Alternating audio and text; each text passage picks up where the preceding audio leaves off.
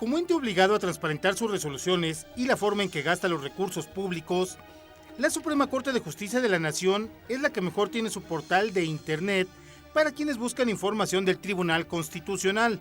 El 80% de solicitudes de acceso a la información van enfocados a cuestiones netamente jurisdiccionales y el 20% a cuestiones administrativas, que obviamente implican elementos tales como el presupuesto.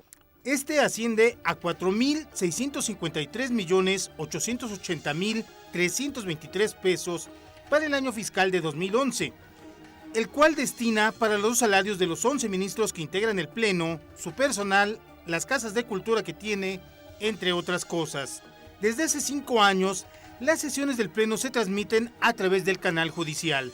Pues eso ¿a qué nos ayuda? A ver que efectivamente se están tomando decisiones de manera profesional, con conocimiento, y en donde existen debates, en donde por supuesto puede haber desacuerdos. Es un órgano colegiado, se somete a votación y cada quien se podrá ir formando su opinión. El Pleno de la Suprema Corte de Justicia de la Nación lo conforman 11 ministros, quienes analizan, discuten y determinan la constitucionalidad de las leyes. No siempre lo que determine la Suprema Corte será un criterio permanente. Para eso existen figuras como las contradicciones de tesis, en donde los propios criterios se van modificando poco a poco, ¿no? A la primera y segunda sala la integran 5 jueces constitucionales y el ministro presidente no participa en ellas. Hugo Vega en la Cámara, Heriberto Ochoa, Efecto TV. Estamos conversando con la doctora Ana Laura Magaloni acerca de hacia dónde va la Suprema Corte de Justicia de la Nación en México. ¿Qué va bien y qué va mal? Y por lo que nos decía Ana Laura, pues parece que la Suprema Corte se está quedando corta en muchos de los desafíos y en muchas de las expectativas que la sociedad ha tenido o ha cultivado hacia ella. Y esto, Ana Laura, ¿por qué ocurre?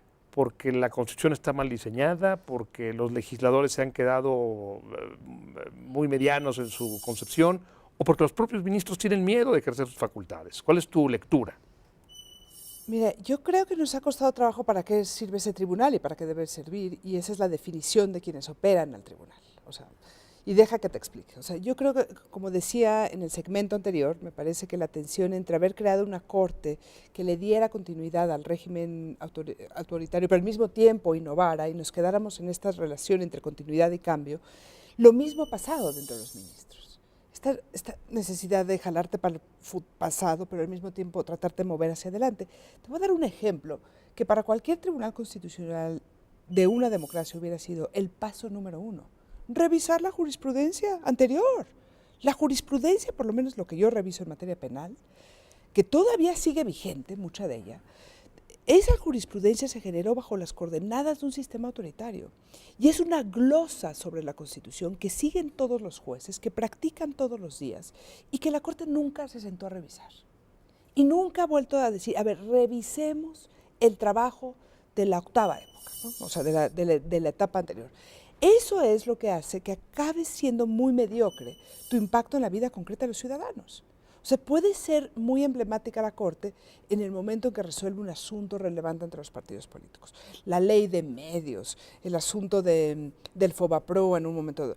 Pero eso, la vida concreta de todos los días de los ciudadanos, de cómo se nos afecta la relación con los policías, con la autoridad, con el debido proceso, con la libertad de expresión, con el alcance y los límites de los... No se siente la Corte en nuestra vida cotidiana. Eso yo creo que para que eso suceda, tiene que haber una nueva retórica jurídica. Y esa nueva retórica jurídica la encabeza un tribunal constitucional. ¿Pero de quién depende? ¿De los senadores, de los diputados? La retórica es de ellos. ¿De los ministros? Claro, la retórica es tu lenguaje. ¿Los ministros han fallado? Los ministros han estado... No, yo no creo que es como falla, sino es como el origen, el diseño de origen. El diseño de origen, me parece, que nos permite ir modelando o ir sintiendo los efectos de una corte en forma mucho más lenta de la que lo han sentido otras democracias.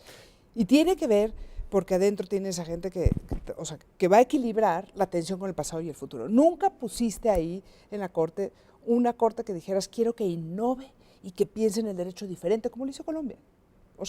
no puso a los que habían operado el régimen pasado, puso a los jóvenes y le fue mejor en algún sentido porque traían una nueva forma de ver el derecho. Querían innovar, querían echar a andar algo nuevo. Ahora, algo que la sociedad aplaudía era cuando la Corte se metía en asuntos donde iban involucrados derechos humanos, la famosa facultad de investigación. Y bueno, y en muchos casos vimos cómo la Corte se pronunciaba en un sentido o en otro y generaba simpatías o generaba antipatías. Pero bueno, ahora le acaban de quitar la facultad de investigación y se la han pasado a la Comisión Nacional de los Derechos Humanos. Desde tu perspectiva, ¿esto es sano, esto es insano para una democracia como la que estamos construyendo? Tengo que decir, Gerardo, que siempre le hizo mal la facultad, o sea, siempre le salieron mal los casos a la Corte. Nunca entendió de cómo administrar esa facultad. Era una facultad muy complicada, porque estás investigando, pero no estás juzgando, pero no es vinculante, pero sí es vinculante. Pero entonces, cuando los veías discutir, y yo lo escribí en muchos de mis artículos, parecían jueces. La prueba sí es válida, no es válida. Oye, pensaban como jueces y no como ministros. no, en ese momento ellos eran los investigadores. Claro. No eran los jueces. Y además, esos casos estaban ahí porque todas las demás instancias habían fallado. Era como la instancia última, el último residuo de Estado que quedaba a casos tan complejos como los que han llegado ahí. Lidia Cacho, Atenco, a Guardería ABC. Nunca los fallaron bien. Nunca entendimos de qué iba eso. Porque ellos no entendían que en ese lugar era una función muy política. Era mandar un mensaje al sistema político de donde esto era inaceptable. Y ahora se les ha quitado esta facultad. Bueno, Mi pregunta es, ¿ganan o pierden? ¿Gana la ciudadanía o pierde la ciudadanía cuando ya la Corte ni siquiera tiene esta facultad? Yo creo que la Corte se siente más tranquila sin ella. Sin duda. Creo que si lo hubiera administrado bien, le hubiera dado un prestigio inigualable, porque hay pocos casos más sentidos que los que han pasado por ahí. Claro. Pero pues lo administraron mal, nunca se pusieron de acuerdo de qué se trataba ese poder, entonces pues me parece que para ellos los deja tranquilos. A los ciudadanos acabamos fatal, porque ahora ¿quién va a responder? La comisión dice... La comisión. Muchos de esos casos, te recuerdo, como la Guardería ABC o el caso de Atenco, ya habían pasado por la comisión. Igual y como el caso la comisión Oaxaco, no tuvo dientes, pasaron a la Corte. a la Corte. Y ahora se dice no, se quedan en la Se comisión. la queda en la comisión y la comisión tiene algunos dientes más, pero siempre son recomendaciones. Nada es vinculante. Yo me parecía que la reforma era vinculante lo que diga la Corte, punto. Dale dientes a la Corte con ese investigación, porque son casos que solamente, y que puedes filtrar, los filtra primero quien tiene la facultad de pedir, y lo filtran enormemente los ministros para aceptar o no. Cuando acepten uno, que sepan que lo que necesita la ciudadanía es saber que por lo menos en casos tan extremos, la impunidad no va a ser la regla, ¿no? Lo que tú dices en suma es, la Corte, lo que deberíamos esperar de la Corte es que la Corte dé grandes líneas para que todos los jueces y magistrados, para que en todos los estados se diga, esa es la línea. En estos casos hay que ir por ahí y en estos casos hay que ir por allá. Y estos son como los principios rectores de un juicio justo, son los principios rectores en derecho familiar, sobre igualdad de género, sobre protección del niño, sobre o sea, todos los ámbitos donde entra como la protección más íntima de los derechos ciudadanos. Y en tu opinión, quienes han fallado han sido los ministros concretamente en este ejercicio, más que los legisladores. En mi opinión, el diseño legislativo no fue el adecuado, o sea, hubiera preferido una Corte diseñada distinta, pero todos esos defectos del diseño legislativo se hubieran subsanado si la Corte lo hubiera querido. Vamos a un corte y seguimos platicando del asunto. Gracias.